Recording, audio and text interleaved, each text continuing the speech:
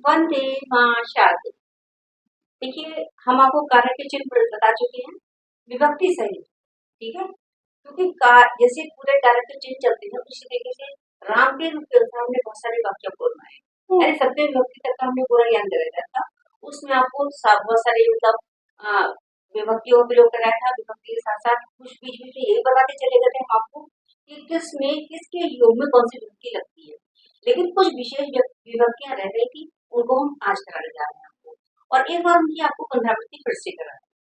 देखिए, अभी हमने आपको बताए थे कारक कितने थे, 7 बताए थे, 7 विभक्तियां होती है। लेकिन कारक वास्तव में 6 ही होते हैं, उसमें संबंध कारक नहीं होता। और जो संबोधन होता है वो भी नहीं, उसको भी नहीं मानते हैं, उसको भी कारक में नहीं मानते हैं। क्योंकि जहाँ आपका षष्ठी विभक्ति होती है जहाँ, तो वहां पर संबंध होता है, तो संबंध में आती है आपकी षष्ठी विभक्ति। और जहाँ पर आपका संबोधन आता है वहां पर लगती है प्रथमा विभक्ति, ठीक है। इसको हम आपको देखिए पुनरावृत्ति के माध्यम से फिर से दोबारा करा रहे हैं। और आगे जो विशेष योग मतलब इस योग में विशेष योग में जो विशेष विभक्तियां लगती हैं उनको हम आगे कराएंगे आपको।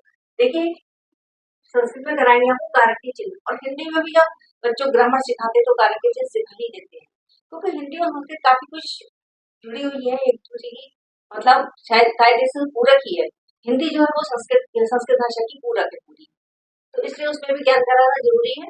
देखिए आगे, संस्कृत में कारक चिन्हों, कारक की मतलब चिन्हों की पुनरावृत्ति पुनरावृत्ति फिर से दोबारा से ज्ञान करा रहे हैं आपको एक बार फिर से। वो तो आपको देखना ही देखना है क्योंकि तो स्टार्टिंग में है।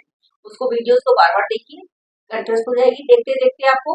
और उसके बाद में जो विशेष योग में विभक्तियां लगी उनको हम यहाँ पर बताएंगे आपको, ठीक है। उनके क्या क्या नियम होते हैं, किन नियमों में विभक्तियां लगती हैं, तो उनका आपको ज्ञान अर्जन कराएंगे, ठीक है। अब आप देखिए इसका जो सूत्र था पहले भी करा दिया, दोबारा फिर करा रहे हैं। क्रियान्वितम कारकम, यानी कारकम जिनका क्रिया के साथ संबंध हो वे कारक 6 होते हैं। अभी हमने बताया था यहाँ पर, तो कारक कितने होते हैं, वो 6 होते हैं। मतलब वो जैसे 7 विभक्ति होती है लेकिन कारक को 6 ही माना जाता है। जैसे कर्ता कारक, प्रथमा व्यक्ति और कर्तवाच्य विभक्ति है। और तृतीय व्यक्ति कर्म और भाववाच्य दोनों में। और उसके बाद में कर्म, कर्म में होता है, कर्म से क्या होता है, द्वितीय व्यक्ति कहाँ होती है, द्वितीय व्यक्ति कर्तवाच्य में और प्रथमा व्यक्ति कर्मवाच्य में। कहाँ कहाँ किस योग में होते हैं वो भी आपको बताएंगे।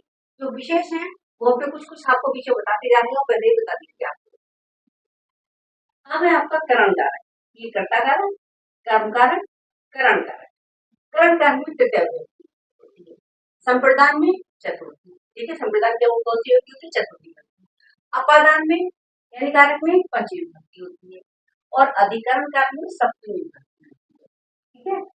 अधिकरण की सप्तमी, तो आपको याद ही होगा कर्ता ने कर्म को कर्म से संप्रदान के लिए अपादान से अलग होना, संबंध का की के अधिकरण में पेपर और संबोधन है वो अरे, हे वो अरे, ठीक है। और उसका चिन्ह भी आपको बता चुके हैं किस तरीके लगता है, साइन ऑफ एक्सक्लेमेशन, राम चिन्ह आपको ज्ञान कराया हमने। एक झंडा खींचा होता है इस तरीके ब्राह्मणी की तरह और नीचे बिंदी लगी होती है, वो संबोधन में प्रयुक्त होता है। संबंध तथा संबोधन कारक नहीं है, तो कारक नहीं माना जाता है, ठीक है। लेकिन संबंध में षष्ठी और संबोधन में प्रथमा व्यक्ति लगाई जाती है। अब आगे देखिए, अब हमने देखिए आपको एक ऐसा सेंटेंस लेके चल रहे हैं जिसमें आपकी लगभग सारी विभक्ति आ गई है, पूरी विभक्ति का ज्ञान आपको इसमें कराएंगे एक सेंटेंस, ठीक है। देखते जाइए, एक ही विभक्ति एक ही वाक्य में सभी विभक्तियों का ज्ञान कराना कैसे कराया, देखिए। मोहनस्य सेव्य, मोहनाय, अग्निना पात्रे, मोदना अपचर, ठीक है। मोहनस्य, मोहनस्य माने मोहन के यानी कि षष्ठी। सेवक ने, सेवक ने यानी कर्ता कारक, और यहाँ पर मोहन के, मोहन के से बना आपका संबंध कारक षष्ठी विभक्ति, ठीक। और मोहनाय माने मोहन के लिए, मोहन के लिए संप्रदान कारक चतुर्थी विभक्ति आई यहाँ पर। और अग्नि ना यानी अग्नि से, आग से या अग्नि से कौन सा कारक हुआ, करण से यानी तृतीय विभक्ति। पात्रे, पात्रे माने पात्र में या बर्तन में, ठीक है। में पे पर कौन सी विभक्ति यहाँ पर, में पे पर चिन्ह का अधिकरण का चिन्ह, अधिकरण यानी सप्तमी विभक्ति है। तो पात्रे माने पात्र में सप्तमी विभक्ति और अधिकरण कारक और वचन तो यहाँ पर एक ही चल रहा है। आगे देखिए, ओदनम अपचत। ओदनम माने चावल और ओदनम माने चावल को, अपचत माने पका है या बना है। अब आप देखिए कितनी विभक्ति आ गई आपकी, गिनते जाइए। षष्ठी, प्रथमा, चतुर्थी, तृतीया, सप्तमी, द्वितीया, यानी प्रथमा भी आ गई। उसके बाद देखिए द्वितीया भी आ गई और तृतीया कहाँ या निश्चय में आ गई। चतुर्थी मोहन के लिए यहाँ पर चतुर्थी आगे बोल रहा है। और उसके बाद में पात्र माने पात्र में, यह सप्तमी आ गई और मोहन से मोहन के यहाँ पर आ गई थी षष्ठी विभक्ति। अब देखिए बची कौन सी आपकी, अब बची यहाँ पर आपकी पंचमी विभक्ति, अपादान कारक, अपादान से अलग होना। ठीक है, अब ऐसा वाक्य बन ही नहीं पा रहा था, मैं बहुत कोशिश की कि ये व्यक्ति भी इसमें डाल के आप बता दें, लेकिन यहाँ उसकी उपयुक्त मतलब वो उपयोगी होता ही नहीं, कुछ भी शब्द हम लगाते तो वो यहाँ पर नहीं लग पाता, तो हमने पंचमी विभक्ति को अलग से करा दिया। एक सेंटेंस और हमने कराने का है आपको, देखिए, दशरथ से पुत्र, दशरथ के पुत्र, राम में माने राम ने, जनहिता माने जन के, जनहित के कल्याण के लिए, जनहित के लिए या लोगों के कल्याण के लिए, जनहित के लिए। रावण माने रावण को, बाणेन माने बाण से, युद्ध क्षेत्र माने युद्ध क्षेत्र में, असंघारित माने मार। ठीक है, अब इसमें विभक्तियां देख लीजिए। ठीक है, दशरथ से पुत्र, दशरथ के पुत्र यानी संबंध कारक षष्ठी विभक्ति। ठीक है, काकी के संबंध कारक हुआ और षष्ठी विभक्ति हुई। ठीक है, ये तो समझ रहे होंगे आपको, यहाँ पे कौन सी विभक्ति हुई, षष्ठी विभक्ति यानी संबंध कारक। आगे, राम है माने राम ने। ठीक है, राम ने प्रथमा व्यक्ति यानी कर्ता कारक, राम यहाँ पे काम का करने वाला है। ठीक है, और यहाँ कौन था, यहाँ सेवक था काम करने वाला, तो सेवक में प्रथमा व्यक्ति आई और राम में प्रथमा व्यक्ति, राम माने राम ने, प्रथमा व्यक्ति कर्ता कारक। जनहिताय, जनहित के लिए में के लिए संप्रदान माने के लिए, संप्रदान की क्या है, संप्रदान आपकी कारक है और उसका चिन्ह क्या है, के लिए, यानी कि चतुर्थी विभक्ति। हमने आपको पहले बताया था कि सबको आप उंगलियों पर जितना गिनते जाएंगे, जितना वीडियोस देखेंगे आपको अच्छी तरह याद हो जाएगा। चलते फिरते वीडियो चलता रहे, आपके कानों में आवाज आनी चाहिए और उसको सुनते सुनते भी आपको अच्छी तरह से कंठस्थ हो जाएगा, आप कभी भूलेंगे नहीं उस चीज को। जनहिताय यानी जन कल्याण के लिए, जनहित के लिए संप्रदान कारक चतुर्थी विभक्ति। रावण माने रावण को, को कहाँ का है, कर्ता ने कर्म को, द्वितीय व्यक्ति कर्म कारक रावण को। ठीक है, द्वितीय व्यक्ति है कर्म कारक रावण को।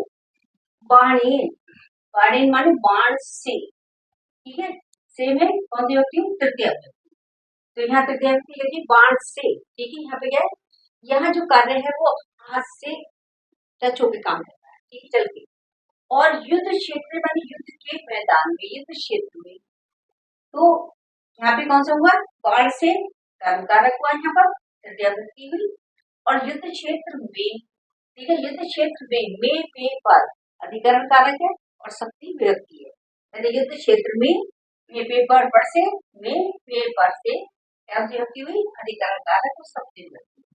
असंघारियत, असंघारियत माने मारा। तो इस तरीके से हमने दो वाक्य आपके लिए ले लिए और दोनों में ही हमने आपको सारी विभक्तियों का ज्ञान कर दिया है, संबंध का भी यानी हर विभक्ति का। देखिए राम ने में प्रथमा है यहाँ पर। ठीक है, द्वितीय कहाँ है, रावण को, रावण को, कर्ता ने कर्म को, तृतीय व्यक्ति बाणे, बाण से। ठीक है, और उसके अंदर जनहित के लिए में चतुर्थी विभक्ति। ठीक है, और संप्रदान कारक चतुर्थी विभक्ति। अब हमने कहा था कि पंचमी यहाँ सेट ही नहीं हो पा रही है, पंचमी लगी नहीं सकती है यहाँ पर, कोई ऐसा शब्द हमने बहुत कोशिश की जोड़ ले और जोड़ के आपको उसके विभक्ति का भी एक ही सेट में ज्ञान करा दे, उसका अलग से करा दिया हमने यहाँ पर।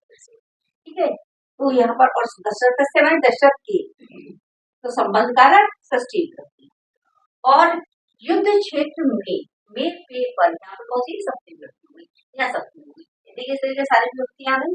अब विभक्ति बची कौन सी, अपादान, अपादान माने से अलग होना।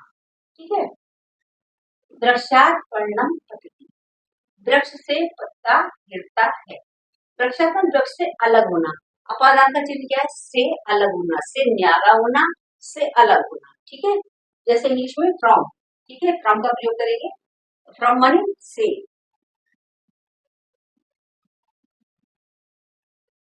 अलग होना। ठीक है, अलग होने के लिए क्या लाएंगे, फ्रॉम लाते थे इंग्लिश में। और इसी तरीके से अपादान से अलग होना, वृक्ष से अलग होना, वृक्ष से पत्ते टूट कर नीचे गिरे, उनका संबंध रहा ही नहीं वृक्ष के साथ, ठीक है।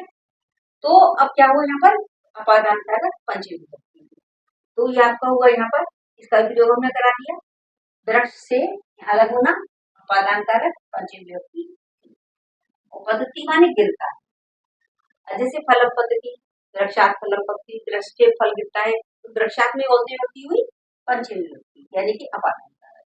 देखिए, और एक बार हम आपको फिर भी आपको बताया था, हमने थोड़ी देर पहले कराया था कि एक ही शब्द में आपका देखने में सेम लग रहा है, ठीक है, से आ रहा है दोनों में, लेकिन विभक्ति दोनों में अलग है।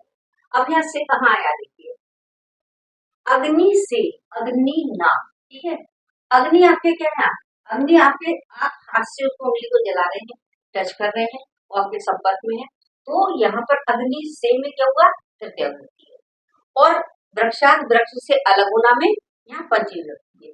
तो अग्नि से की क्या लेंगे, से के लिए इसमें यहाँ पर क्या लाएंगे, गिर लाएंगे, ठीक है, से के लिए यहाँ पर विद का प्रयोग करेंगे इंग्लिश में, और इसमें अपादान में अलग होने के लिए फ्रॉम का प्रयोग करेंगे, ठीक है।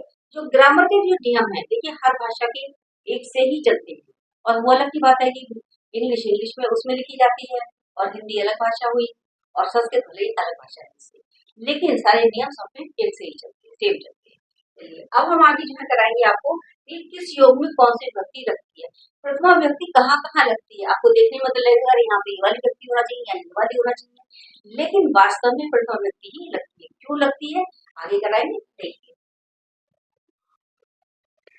देखिए, अब हमें जानना होगा कि कारक क्या है आखिर, ठीक है। कारक का क्या अर्थ है, कारक का अर्थ है ऐसी वस्तु जिसका क्रिया के द्वारा पूरा किया जाए, जिसको क्रिया के पूरा करने में जो काम पड़े, यानी जो क्रिया है उसको पूरा करने के लिए जो काम करे, वो कौन होता है, कारक होता है, ठीक है। कारक समझ में आ गया, अर्थात क्रिया से जिसका सीधा संबंध हो, तो वहां पर क्या होता है, उसे हम कारक कहते हैं। अब देखिए, उदाहरण के लिए हम आप एक सेंटेंस देते हैं, देखिए, अयोध्या में रघु ने अपने हाथ से लाखों रुपए दान किए, ठीक है, लाखों रुपए दान में दिए, तो क्रिया क्या है यहाँ पर, दान करना, ठीक है, दान करना तो क्रिया है हमारी, और इसका जो संबंध है बाकी किस किस से, आप देखिए, अयोध्या में से क्या हुआ आपका, सप्तमी विभक्ति अधिकरण कारक, ठीक है, अयोध्या में यानी सप्तमी विभक्ति हुई, और कौन सा, अधिकरण कारक हुआ, और आगे है रघु ने में कौन सा हुआ, कर्ता कारक, काम का करने वाला कौन है यहाँ पर, रघु है, रघु ने यानी कर्ता कारक, प्रथमा विभक्ति।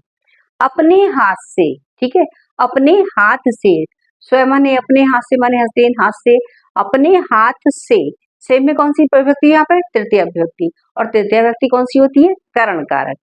लाखों रुपए दान दिए, लाखों रुपए, ठीक है, लाखों रुपयों को दान में दिया, ठीक है, को, तो द्वितीय विभक्ति होगी, यहाँ पर ये कर्म हो गया।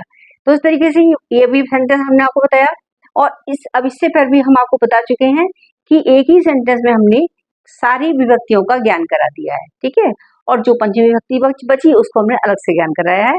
आगे चलिए और देखिए, अब आप, कर्ता कर्म करणम च संप्रदानम तथैव च अपादाना अधिकरणे इत्याहु कारकाणि षट, यानी 6 कारक होते हैं, ठीक है, 6 कारकों को बताई दिए कौन कौन से होते हैं, संबंध, और उसको हमने छोड़ दिया था, इसको संबंध को और संबोधन को, ठीक है, इसको कारक की इस दृष्टि में नहीं रखा जाता है, इस श्रेणी में नहीं रखा जाता है। देखिए, संबंध की षष्ठी विभक्ति होती है और संबोधन में प्रथमा विभक्ति लगती है, ठीक। अब आके देखिए आप, अब हम लेके चल रहे हैं प्रथमा विभक्ति, यानी कर्ता कारक प्रथमा विभक्ति, यानी नॉमिनेटिव केस, ठीक है। प्रतिपादिकार्थ लिंग परिमाण वचन मात्रे प्रथमा, कहाँ पर प्रथमा विभक्ति होती है। देखिए, ये जो सूत्र टाइप का है, देखिए ये आपके यहाँ भले ही आपके यहाँ सॉल्व करने के लिए नहीं आए, ये बड़ी क्लासेस के लिए, जैसे ग्रेजुएशन है या पोस्ट ग्रेजुएट आप कर रहे हैं, एमए कर रहे हैं, बीए कर रहे हैं, ठीक है, इन सब परीक्षाओं में आपसे पूछा जा सकता है। ये तो आपका पूरा सूत्र है, लेकिन इस सूत्र से संबंधित जितने वाक्य बन रहे हैं, जितने शब्द आ रहे हैं सूत्र में, उनसे जितने वाक्य बन रहे हैं उनको आप यहाँ पर देखिए, ये आपके लिए विशेष उपयोगी है। जैसे क्रिया संपादक कर्ता, क्या है इसमें, क्रिया का संपादक जो करता है उसे हम कर्ता कहते हैं, जो क्रिया का जो संपादन करने वाला था, क्रिया को जो पूरा करने वाला था, उसे हम कर्ता कहते हैं। जैसे बालिका गच्छति, लड़की जाती है, ठीक है, अब गच्छति क्या है, गच्छति क्रिया है, अब जाने का कार्य कौन कर रही है, बालिका, ठीक है, तो संपादन की क्रिया जो कह रहे हैं इसमें जो प्रायोजक है वो कौन है यहाँ पे, संपादक कौन है यहाँ पर, वो हमारी बालिका है। जो हमारे संपादक है काम का करने वाला कौन है, बालिका है। बालिका गश्ती लड़की जाती है या लड़की जा रही है। जब हमने कारक का बताया था आपको, कारक के सारे चिन्ह जब स्टार्टिंग में कराए थे तो अब शॉर्ट में कराए थे। अब ये आपके लिए सभी परीक्षाओं के लिए है, प्रतियोगी परीक्षाओं के लिए भी है और बाकी ग्रेजुएशन के लिए भी है और पोस्ट ग्रेजुएट के लिए भी है। अब देखिए यहाँ पर है आपका, देखिए अब आपको बता दें यहाँ पर हमने सूत्र और सूत्र के बाद पहला सेंटेंस बताया। अब दूसरा देखिए, कर्तरी प्रथमा, जहाँ कर्ता हो, ठीक है, वहां पर भी प्रथमा व्यक्ति होती है, जो काम का करने वाला आता है। जैसे अब आप क्या है, राम है पढ़ती, राम पढ़ता है। राम में प्रथमा व्यक्ति से क्या है, राम में बना, ठीक है। राम है पढ़ती में राम में प्रथमा व्यक्ति है और विभक्ति कौन सी क्या बना, राम में है, ठीक है। इसके समझ में आ गया होगा, ये बहुत इजी है। अविधेय मात्रे प्रथमा, ठीक है, केवल नाम व्यक्त करने में, ठीक है, जहां पर केवल नाम ही व्यक्त किया जाए, नाम व्यक्त करने में वहां पर प्रथमा व्यक्ति होती है। देखिए वो शब्द हमने बताया आपको, केवल नाम व्यक्त करने में प्रथमा व्यक्ति होती है। नर है, गज है, बालक है। नर है खादती, गज है चलती, बालक है पढ़ती। तो इसमें क्या हुआ, ये हमारे क्या है, हमारे पर प्रथमा व्यक्ति क्यों आई यहाँ पर, अविधेय मात्रे में। अविधेय मात्रा में भी केवल नाम में ही व्यक्त करने में ही हमारी प्रथमा व्यक्ति आती है। नाम को व्यक्त करना है, उसके अनुसार हमें क्रिया लगानी है, तो वहां पर भी हमारी प्रथमा व्यक्ति होती है। अव्यय योगे प्रथमा, अव्यय के योग में प्रथमा व्यक्ति होती है।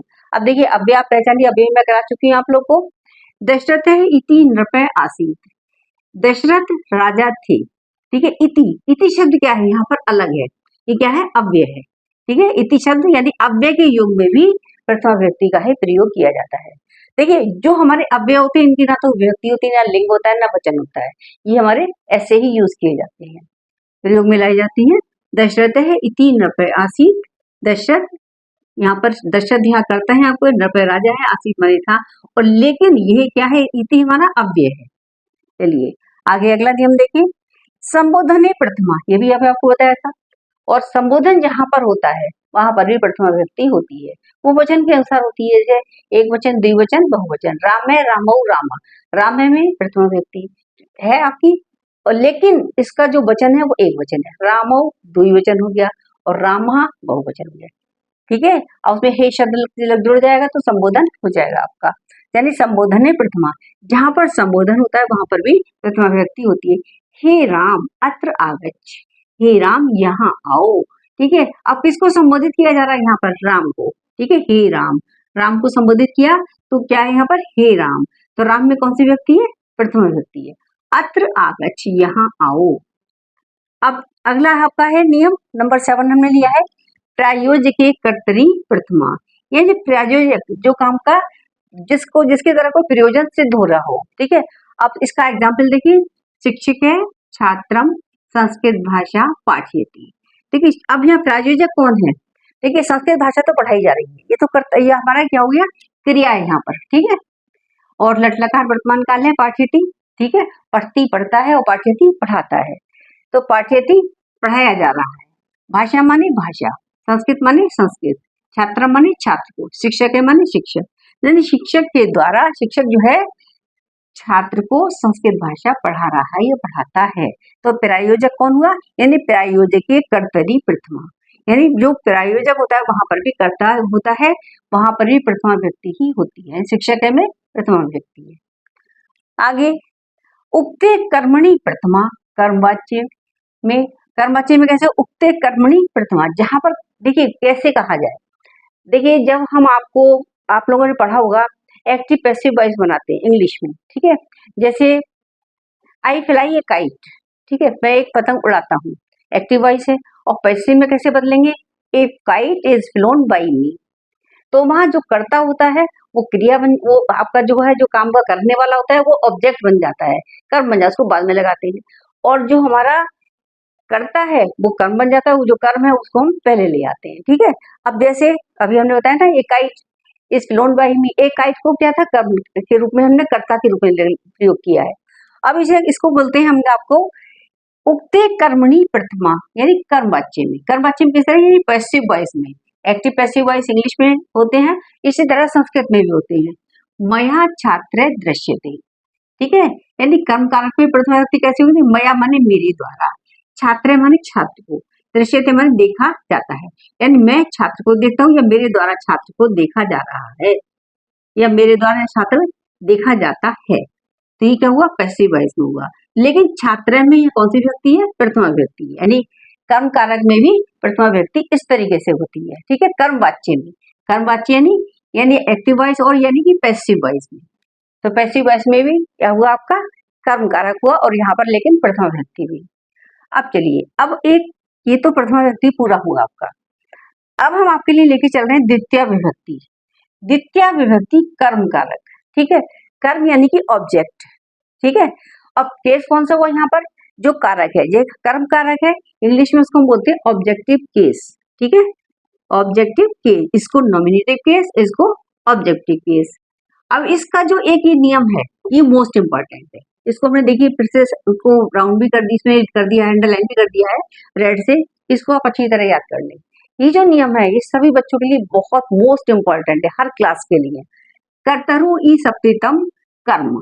देखिए, यानी कर्तरु माने कर्ता, जिसको सबसे अधिक चाहता है, जिसकी सबसे अधिक इच्छा करता है, वहां पर कर्म होता है, यानी द्वितीय विभक्ति होती है। द्वितीय विभक्ति कैसे होती है इसका तो काफी विस्तार से वर्णन हम करेंगे और आपको अच्छे से समझाएंगे।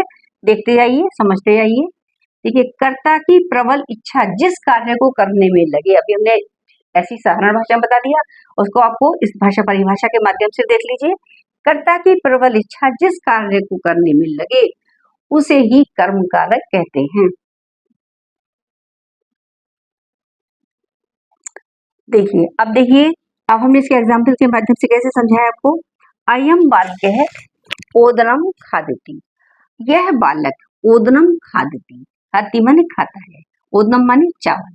तो यहाँ क्या है? या तो उसकी अभिष्ट क्या है उसका, यहाँ पे ओदन यानी चावल खाना। ठीक है। बालक का जो अभिष्ट है वो क्या है? चावल खाना। तो ओदनम में यहाँ द्वितीय व्यक्ति। इयम बालिका भोजनम पचती, पचती माने पचाती है, बनाती है, पकाती है। ठीक है। अब बालिका का जो जो अभिष्ट कार्य है वो क्या है? भोजन को पकाना है। तो भोजनम माने भोजन को। ठीक है। कर्म में यहाँ पर द्वितीय व्यक्ति है, यहाँ भोजनम में द्वितीय व्यक्ति है और यहाँ पर ओदनम में द्वितीय व्यक्ति है। कर्मणि द्वितीया। ठीक है। तो कर्म में द्वितीय व्यक्ति होती है, वो कैसे कैसे होती है आगे आप देखते जाइए। अजा तृणम चरती, अजा माने बकरी, तृणम माने तिनकों को, चरती माने चरती है, तिनकों को या घास को, चरती माने चरती है। अजा तृणम चरती। तो कर्मणि यानी कर्म क्या है उसका? अजा यानी बकरी। अगर हम लेते सेंटेंस अजा चरती, बकरी चरती है। ठीक है। तो ये क्या कैसा वाक्य होता हमारा? अकर्मक। और सकर्मक कब बना? जब हमने तृणम लिख दिया। ठीक है। बकरी तिनके चरती है, ये घास चरती है। मतलब आपका कर्म क्या होता है? अजा चरती, बकरी चरती है। अब क्या चरती है? जब हम प्रश्न करेंगे उससे तो क्या चरती है, तो उत्तर हमें मिला बकरी क्या चरती है, यानी कि तृणम, तिनकों को चरती है। तो को यहाँ पर कौन सी व्यक्ति हुई? द्वितीय व्यक्ति। तृणम माने तिनकों को। अगला एग्जाम्पल देखें। मोहने फलम खादती, मोहन फल खाता है। ठीक है। तो मोहन का क्या काम है? मोहन खादती, वही ऐसा यहाँ पर आपको बताए जा रहे हैं। यानी अकर्मक क्या हुआ यहाँ पर? मोहन खाता है। क्या खाता है? फल खाता है। मोहने फलम खादती। ठीक है। तो यहाँ पर द्वितीय विभक्ति। नेक्स्ट देखिए, बाल के सर्पम हनती, बालक सर्प को मारता है। देखिए, बाल के हंती, अगर बालक मारता है, हम सेंटेंस लें तो देखिए, बाल के हंती किसको मारता है? किसी बच्चे को मारता है, किसी और चीज पे प्रहार करता है, या किसी अन्य जंतु पर या पशु पर, पक्षी पर, किसी पर प्रहार करता है। तो वहां पर वो शब्द इसमें ना देखा गया और हमने क्या लिया? बाल के हंती, बालक मारता है। किसको मारता है? सर्पम हंती। यहाँ पर हमने प्रश्न किया कर्ता से, किसको मारता है? बालक किसको मारता है? जब हमने कर्ता से प्रश्न किया तो हमें उत्तर मिला सर्पम माने सर्प को। तो कौन सी व्यक्ति हुई यहाँ पर? द्वितीय व्यक्ति। सर्पम माने सर्प को। ठीक है। वयम चित्राणि पश्यामः, हम सब चित्रों को देखते हैं। हाँ, ये हम सब चित्रों को देख रहे हैं। तो यहाँ पर क्या हुआ? हम सब देख रहे हैं। क्या देख रहे हैं? वही आपका एग्जाम्पल दोबारा से हमने रिपीट कर दिया है। ठीक है। यहाँ बहुवचन में लिया है। वयम चित्राणि पश्यामः, हम सब चित्रों को देख रहे हैं या देखते हैं। अब देखिए, एक नियम और है इसका। गत्यर्थक धातु में, गत्यर्थक माने गति करने वाली, जिनका गति का अर्थ हो, यानी जो हमें गति करती हुई दिखाई दे रही हो, गति जिनसे हमें गति का भान हो रहा हो, गति का हमें ज्ञान हो रहा हो। गृहम गच्छामि, एग्जाम्पल है आपका गृहम गच्छामि। गृहम माने घर को, गच्छामि माने जाता हूँ, घर को जाता हूँ, ठीक है। या गृहम गच्छति, ये भी हो सकता है, गृहम गच्छति घर को जाता है, या गृहम गच्छामि घर को जाता हूँ, ठीक है। या गृहम गच्छ घर जाओ। तो ये क्या हुआ यहाँ पर, द्वितीय अभिव्यक्ति होगी, किसमें होगी, गति के अर्थ में। गति क्या हो रही है, जाना है यहाँ पे, गति, गति करना क्या है, जाना, ठीक है। अगला एग्जाम्पल देखिए, बनम अटामी। बनम माने बन को, अटामी माने, देखिए अटामी शब्द है आपका अटन, अटन माने भ्रमण करना, घूमना, ठीक है। तो अटामी माने भ्रमण करता हूँ, वन को भ्रमण करता हूँ। देखिए वैसे तो यहाँ पर क्या होती है, वन में भ्रमण करता हूँ, तो यहाँ पर, लेकिन यहाँ पर गत्यर्थ में भी यहाँ द्वितीय व्यक्ति लगेगी बनम में, ठीक है। वन को जाता हूँ, ठीक है, द्वितीय व्यक्ति आ गई। लेकिन वन में भ्रमण कर रहा हूँ, तो वहां पर भी आपकी द्वितीय व्यक्ति आएगी। आगे देखिए, अब ये सेंटेंस आपके यहाँ तक गत्यर्थ में भी हो गए। अब ये देखिए एक सूत्र हमने यहाँ पर ये वाला लिया है, ठीक है। अब ये सूत्र हमने लिखा हुआ है, देखिए उभ सर्वतसौ कार्यः धिग पर्यादिषु त्रिषु द्वितीया मेदि तान्तेषु ततो अन्यत्र अपि दृश्यते। अब ये जो पूरा सूत्र है आपका, ठीक है, इस सूत्र में सारे ही शब्द आ गए हैं जहां जहां आपकी द्वितीय व्यक्ति होती है। तो देखिए इसमें आपके जो इतने शब्द आए हैं उनसे संबंधित आपके यहाँ पूछा जा सकता है। देखिए ये सूत्र है, तो ये बड़ी क्लासेस के लिए, जैसे बीए क्लास है, एमए क्लास है, आपको बताया था, वहां पर इसके सूत्र की बहुत जरूरत पड़ेगी। वहां सूत्र को कहेंगे सूत्र की सिद्धि कीजिए, सूत्र के बारे में समझाइए, डिटेल से बताइए, वहां हो सकता है। लेकिन इससे संबंधित शब्द हैं सारे जो आपके विभक्ति के रूप में पूछे जाएंगे।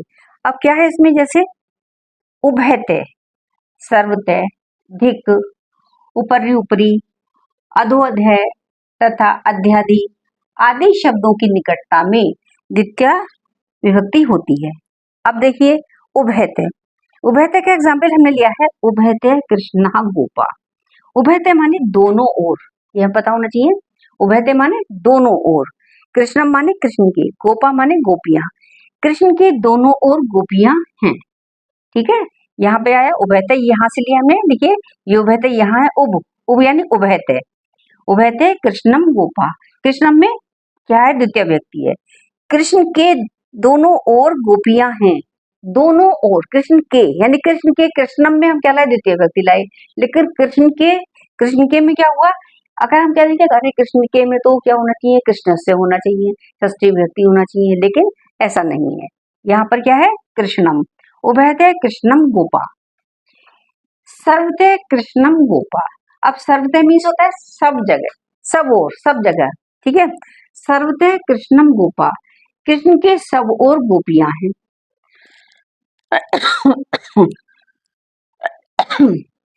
तो कृष्णम में द्वितीय व्यक्ति होगी। दिक पिशुनम, देखिए पिशुनम कहते हैं चुगलखोर, दिक माने धिक्कार है, यानी चुगलखोर को धिक्कार है।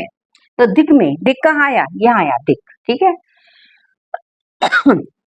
तो दिक ये वाला नियम यहाँ पर आया, दिक यानी दिक के योग में द्वितीय व्यक्ति होती है, सर्वतः के योग में द्वितीय व्यक्ति होती है, उभयते के योग में द्वितीय व्यक्ति होती है। और आगे उपरियु परि लोकम हरि, हरि माने ईश्वर, हरि, लोकम माने इस लोक में, उपरियु माने सबसे ऊपर है, हरि इस लोक में सबसे ऊपर है, अरे हरि जो लोक में, संसार में सबसे ऊपर है। चलिए इसके आगे एग्जाम्पल देखिए, द्वितीय व्यक्ति के नियम में आगे देखिए, विद्यालय परितः वृक्षाः सन्ति, उसे जो नियम बताया था उसमें परितः आया था सूत्र के अंतर्गत, ठीक है। परितः माने चारों ओर, हिंदी क्या बने इसकी, विद्यालय के चारों ओर वृक्ष हैं। अब देखिए विद्यालय के, अब आप कहेंगे विद्यालय का, की, के, षष्ठी विभक्ति हुई, संबंध कारक हुआ, लेकिन यहाँ पर संबंध कारक की विभक्ति षष्ठी नहीं लगेगी। यहाँ कौन सा, परितः के युग में द्वितीय व्यक्ति लगी, यानी विद्यालयम लिखी, ठीक है। यानी वैसे तो हिंदी निकलेगी विद्यालय को चारों ओर वृक्ष है, ठीक है, लेकिन परितः के युग में यहाँ पर द्वितीय व्यक्ति का ही हम प्रयोग करेंगे। तो विद्यालयम परितः वृक्षा सन्ति, विद्यालय के चारों ओर वृक्ष हैं।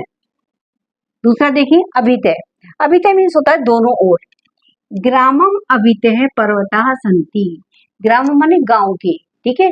गांव के दोनों ओर वृक्ष है, ये सॉरी, गांव के दोनों ओर पर्वत हैं, ठीक है।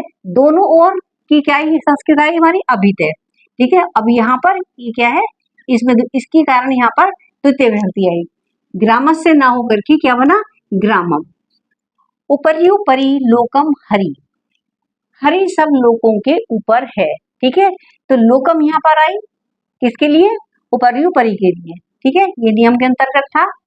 आगे देखें, अधो अधो लोकम पाताले, अधो अधो, ठीक है। ये क्या है, द्वितीय विभक्ति के नियम के अंतर्गत आया है। अधो अधो लोकम पाताले, पाताल सब लोगों के नीचे है, अधे माने नीचे, पाताल सब लोगों के नीचे है, ठीक है। तो यहाँ पर भी के नीचे है, लोगों के लिए क्या है, लोकम आई यहाँ पर, इसके युग में अधो अधो के युग में द्वितीय विभक्ति यहाँ पर। नवान मेघान अधो अधे, नवान माने नए, मेघान माने बादलों के, ठीक है, और अधो अधे माने नीचे। तो मेघान यहाँ पर कौन सी विभक्ति हुई, द्वितीय विभक्ति, बादलों के नीचे है, नए बादलों के नीचे नीचे, नवान मेघान अधो अधः, नए बादलों के नीचे नीचे। अध्यधि लोकम, अब यहाँ पर क्या था, अधो अधः यहाँ पर आया, यहाँ आया अधो अधो, और यहाँ आया अधो अधः, और यहाँ आया अध्यधि, लेकिन सबके युग में कौन सी विभक्ति है, द्वितीय विभक्ति। अध्यधि लोकम, संसार के नीचे नीचे। दिक पापीनम जन्म, दिक माने धिक्कार है, दिक के युग में भी कौन सी विभक्ति होती है, द्वितीय होती है। यहाँ दिखाया हुआ है दिक पापीनम जन्म, पापी जनों को धिक्कार है, यानी पापी लोगों को धिक्कार है, पापी जन को धिक्कार है, जन को धिक्कार है, तो धिक्कार के युग में द्वितीय विभक्ति। न रामम ऋते को अपि रावणम हंतुम शक्नोति, न माने नहीं, रावण के ऋते माने रावण के बिना, को अपि माने कोई भी, रावणम हंतुम शक्नोति, रावण को मारने में कोई भी समर्थ नहीं था, ठीक है। तो यहाँ पर भी क्या हुआ, यहाँ पर भी आपकी द्वितीय विभक्ति आई, यहाँ पर राम के बिना, रामम बिना, राम के बिना, तो रामस से बिना होता, लेकिन नहीं, बिना के युग में कौन सी आई यहाँ पर, द्वितीय विभक्ति है। देखिए आगे की जो विभक्तियां हैं, द्वितीय विभक्ति के जो बाकी नियम है वो नेक्स्ट वीडियो में देखिए।